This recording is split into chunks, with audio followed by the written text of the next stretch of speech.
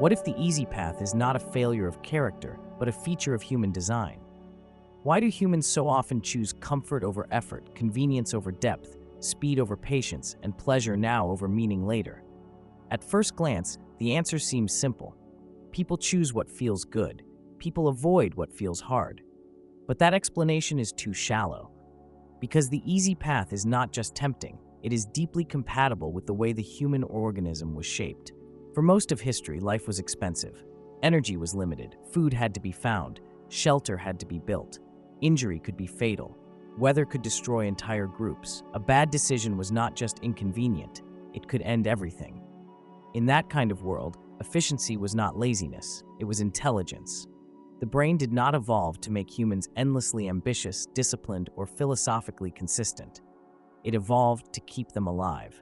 That means conserving energy when possible, reducing unnecessary risk, seeking rewards quickly when they appear, and repeating behaviors that seem to improve survival.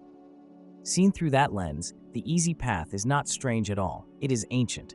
Modern neuroscience and psychology suggests that the brain is constantly evaluating cost, not only physical cost, but cognitive and emotional cost as well. Every action carries a price. To focus deeply costs mental energy. To resist temptation costs control. To learn something difficult costs effort. To face uncertainty costs emotional stability. To stay patient when a reward is far away costs internal restraint. The human system is always asking a quiet question. Is this worth the energy? That question shaped our ancestors well. But in the modern world, it creates a strange problem, because we no longer live in the same conditions that built the question. The world changed faster than the brain. Today, the easy path is everywhere. Food arrives instantly. Entertainment never ends. Distraction is portable. Comfort is engineered. Algorithms learn what holds attention. Entire industries compete to remove friction from experience. Everything is becoming smoother, faster, easier, more immediate. And the brain loves that. Not because the brain is evil, not because humans are weak, but because the nervous system is highly responsive to reward, novelty, and relief. A quick pleasure is easy to register. A distant consequence is harder to feel. The body reacts strongly to what is near, visible, and immediate. The future, no matter how important, often feels abstract by comparison. This is one reason human beings repeatedly choose what they know is not best for them. The present speaks in sensation, the future speaks in theory, and sensation has volume. This pattern appears across almost every domain of life. People eat what tastes good now instead of what protects health later. They spend money now instead of building stability. They scroll instead of thinking. They consume instead of creating. They choose the familiar over the transformative. They choose ease not because ease is always better, but because ease arrives without negotiation.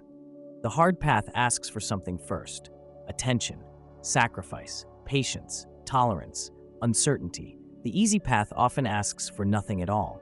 That difference matters more than people realize. Imagine the brain as a system that prefers downhill movement. Like water, it tends to flow where resistance is lower. Habits form in the same way. Repeated behavior becomes easier to repeat again. A shortcut used many times starts to feel natural. A comfort chosen often becomes a default. A convenience accepted daily becomes invisible. Soon, the easy path is no longer experienced as a choice. It starts to feel like reality itself. This is where the problem deepens. Because once a society becomes organized around low resistance, it does more than make life comfortable. It begins to reshape character. If everything becomes immediate, patience weakens. If everything becomes stimulating, silence becomes harder to bear. If everything becomes optimized for convenience, effort begins to feel abnormal.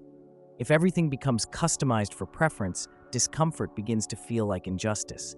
The danger is not comfort by itself. The danger is what happens when comfort becomes the unquestioned standard. A human being can survive without constant pleasure, but a human being trained to expect constant ease may gradually lose tolerance for the conditions that produce growth, and growth rarely feels easy. Learning is friction, training is repetition, mastery is boredom, survived long enough to become skill. Love requires restraint, truth requires complexity, meaning often requires sacrifice. The deepest parts of life do not usually arrive through immediate reward. They arrive through sustained contact with difficulty. This creates a profound tension at the center of modern life. The biological self is drawn toward efficiency, relief, familiarity, and quick payoff. But the meaningful self often emerges through challenge, restraint, uncertainty, and delayed reward. One part of the human being wants to preserve energy, another part wants to become something greater than instinct. That tension may explain far more than laziness, procrastination, or bad habits. It may explain why comfort can become spiritually dangerous. Because the easy path does not only save effort, sometimes it prevents transformation.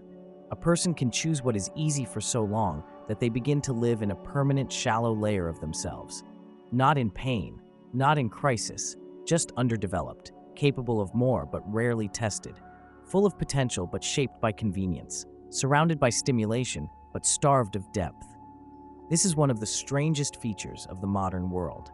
Human beings have more comfort than many generations before them, yet many also report emptiness, fragility, anxiety, dependence on stimulation, and difficulty sustaining attention. That does not mean comfort caused all of this. But it does suggest that removing struggle does not automatically create strength. Sometimes it creates the opposite. There is another layer here. Humans do not only choose the easy path because it feels pleasant.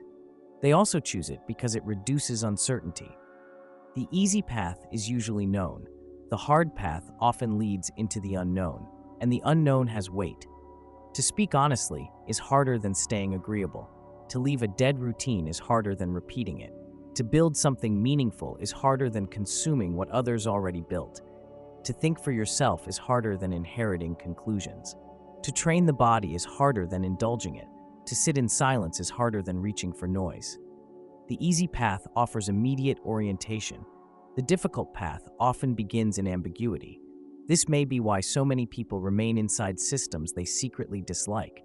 Not because they are blind, not because they are incapable, but because the familiar, even when unsatisfying, feels safer than the undefined. The easy path is not always pleasure. Sometimes it is predictability.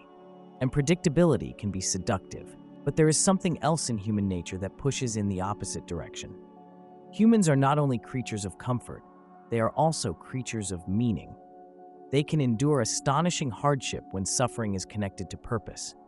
A parent sacrifices sleep for a child. An athlete accepts pain for mastery. An artist accepts obscurity for creation. A builder accepts repetition for vision. A scientist accepts failure for discovery. A spiritual seeker accepts solitude for truth. In all these cases, the hard path becomes bearable because it is attached to something larger than relief. This may be the deeper principle. Human beings do not escape the easy path by becoming emotionless. They escape it when a greater value becomes more real than immediate comfort. When identity changes, choice changes. When purpose becomes clear, effort becomes intelligible. When a person knows what they serve, inconvenience loses some of its power. That does not mean the easy path disappears. It remains there, every day, in small forms and large ones. But it stops looking innocent. Because once you see how often ease pulls behavior, you begin to notice its hidden cost.